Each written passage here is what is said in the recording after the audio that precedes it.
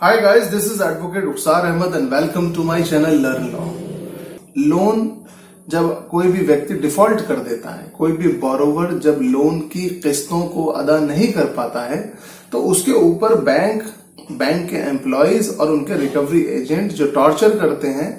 उससे बहुत सारे ऐसे अधिकारों का हनन होता है जो कानून हमें देता है। अगर आपने कोई भी लोन डिफॉल्ट किया है, चाहे वो पर्सनल लोन है, चाहे वो प्रॉपर्टी लोन है, लोन अगेंस्ट प्रॉपर्टी है, सिक्योर्ड लोन है, अनसिक्योर्ड लोन है, XYZ किसी भी कैटेगरी का लोन है, उसके बावजूद भी आप अगर लोन डिफॉल्ट कर रहे हैं तो ये याद रखिए कि आपने कोई अपराध नहीं किया है। आपने इंडियन पीनल कोड का कोई ऐसा अपराध नहीं किया है कि अगर आपने एक EMI 2 EMI नहीं पे की है तो आपको उठाकर जेल डाल दिया जाएगा,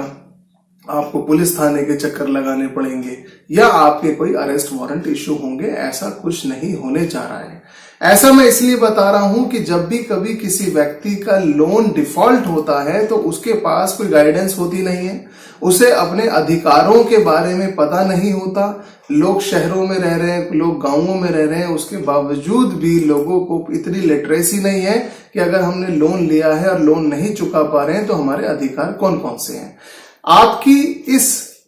गैर जानकारी का, जो आपको नहीं पता है, उसका फायदा बैंक का स्टाफ और रिकवरी एजेंट्स उठाते हैं और फिर वो आपको अलग अलग तरीके से टॉर्चर करते हैं। अभी 12 अगस्त को, फ्राइडे वाले दिन, सन 2022 12 अगस्त को एक RBI ने एक सर्कुलर जारी किया है। इस सर्कुलर को स्पेसिफिकली RBI ने मेंशन किया है कि अगर सुबह 8 बजे से शाम के 7 बजे तक के बीच में कोई भी बैंक,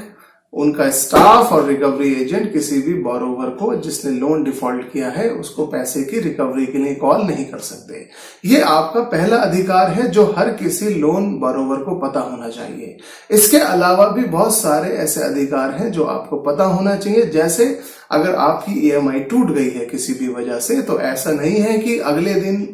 एक हफ्ते के अंदर या 15 दिन के अंदर लोन रिकवरी एजेंट आपके घर पर आकर बैठ जाए, आपके बच्चों को, आपकी बीवी को, आपके पड़ोसियों को परेशान करे। ऐसा बिल्कुल भी नहीं है। आपके पास पूरे 90 दिन का समय होता है अपनी EMIs को पे करने के लिए। आइए पहले इसको समझते हैं, ये 90 दिन वाला टाइम मैंने आपको क्या बताया। जब भी आप किसी EMI को डिफॉल्ट करते हैं तो पहली EMI डिफॉल्ट होते ही ऐसा नहीं है कि आपके खिलाफ तमाम कानूनी कार्रवाइयां शुरू हो जाएंगी। आपके लोन को, आपके लोन अकाउंट को नॉन परफॉर्मिंग एसेट यानी कि NPA घोषित करने के लिए बैंक को 90 दिन का टाइम चाहिए होता है। अगर किसी भी व्यक्ति ने लगातार 3 महीने की EMIs नहीं पे की हैं, तब उसका लोन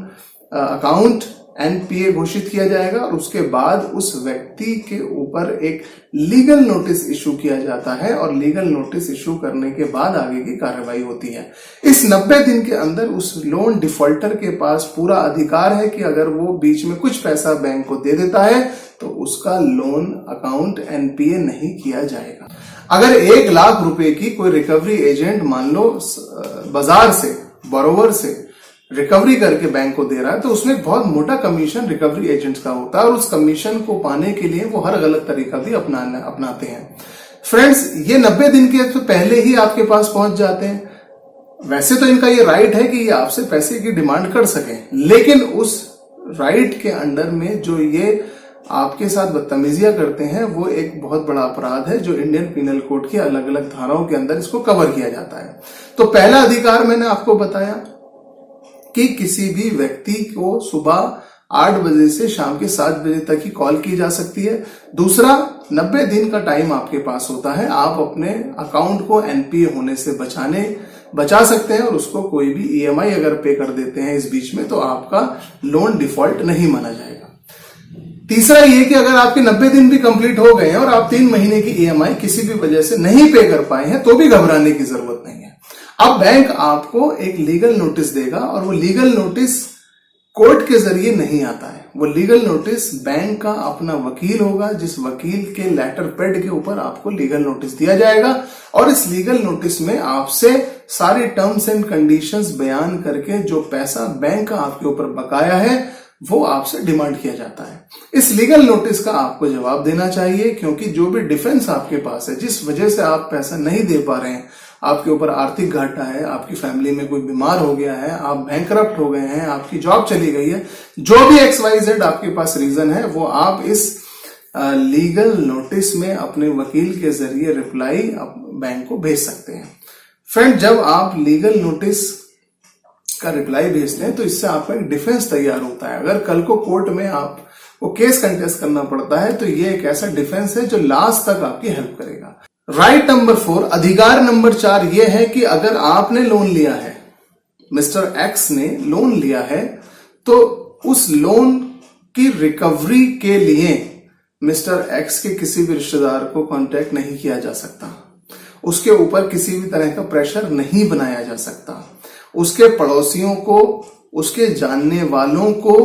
टॉर्चर नहीं किया जा सकता। आमतौर पर ये रिकवरी एजेंट्स क्या करते हैं कि ये जिस भी व्यक्ति ने लोन लिया है किसी भी तरह से उसके कुछ कॉन्टैक्ट नंबर्स को प्राप्त करते हैं और उन्हें कॉल करके कहते हैं कि आपकी श्योरिटी पर ये लोन दिया गया है, आपके डॉक्यूमेंट्स को यूज कर ये लोन दिया गया है, और अगर आपने हमारा पैसा नहीं रिकवर करवाया तो फिर हम आपके खिलाफ भी कार्रवाई करेंगे। ये छोटा सा झूठ जो रिकवरी एजेंट बोलते हैं, ये रिश्तेदार डायरेक्टली फिर बोरोवर के पास कॉल करते हैं और उसके ऊपर प्रेशर बनाते हैं कि तुमने कैसे हमारे डॉक्यूमेंट्स को मिसयूज करने की कोशिश की, और उसके बाद फिर वो बोरोवर किसी तरह से अपनी सफाइयां देता है और उसके ऊपर एक सामाजिक ऐसा प्रेशर बन जाता है कि उसे किसी ना किसी तरीके से पैसों का अरेंजमेंट करना पड़ जाता है, जो कि एक शॉर्टकट है रिकवरी एजेंट्स के द्वारा। फ्रेंड्स, मैं आपको ये बता दूं, ये एक बहुत गलत प्रैक्टिस है जो रिकवरी एजेंट्स करते हैं। एक सामाजिक प्रेशर बनाने की कोशिश करते हैं जिसकी वजह से बहुत सारे लोग आत्महत्या भी कर लेते हैं। तो अगर कोई रिकवरी एजेंट आपके साथ ऐसा कर रहा है, आपके रिश्तेदारों के साथ ऐसा कर रहा है, तो आप उसको मानहानि का उसके ऊपर केस कर सकते हैं, आप उसको नोटिस दे सकते हैं, आप उसके खिलाफ RBI में भी कंप्लेंट कर सकते हैं, और भी बहुत सारी रेमेडीज आपके पास हैं। फ्रेंड्स, इसके अलावा जो लास्ट में अधिकार नंबर 5 ये है कि आपने अगर लोन नहीं चुकाया है तो ऐसा नहीं है कि आपको उठा के जेल भेज दिया जाएगा।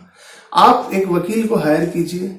आप उससे मशवरा लीजिए, आपकी जो भी कठिनाइयां हैं, जो भी परेशानियां हैं, उनसे कैसे बचा जा सकता है, रिकवरी एजेंट के टॉर्चर से कैसे बचा जा सकता है, आपको ये सारी चीजें आपका एडवोकेट या कोई भी लोन कंसल्टेंट आपको बताएगा। होता क्या है कि जब कभी आपको किसी चीज का ज्ञान नहीं होता तो फिर आप उसको अपने मन से, यानी कि जो भी आपके पास थोड़ी बहुत नॉलेज है, आप उससे उसको हैंडल करने की कोशिश कर रहे होते हैं, और कभी कभी उस थोड़ी सी नॉलेज से हैंडल करने की बजाय आप अपनी चीजों को ज्यादा खराब कर लेते हैं। तो फ्रेंड, ये जो मैंने कुछ आपको अधिकार बताए हैं, ये बड़े इंपॉर्टेंट राइट्स हैं, इनको आप एक्सरसाइज करिए, इनका यूज करिए। इसके अलावा भी बहुत सारे राइट्स आपके हैं जो मैं इस छोटी सी वीडियो में नहीं एक्सप्लेन कर सकता हूं। मैंने और बहुत सारी वीडियोस बनाई है जिसमें आप देखकर समझ सकते हैं। इसके अलावा भी अगर कोई आपके मन में शंका है, कोई आप क्वेश्चन मुझसे पूछना चाहते हैं, तो आप इनबॉक्स में मुझे लिखिए, मैं आपका उसको टाइमली रिप्लाई करने की कोशिश करूं। लास्ट में मेरी आपसे ये रिक्वेस्ट है कि अगर आपको मेरी वीडियो अच्छी लगी हो तो प्लीज इसे लाइक करें, शेयर करें और मेरे चैनल को सब्सक्राइब करें। Thank you.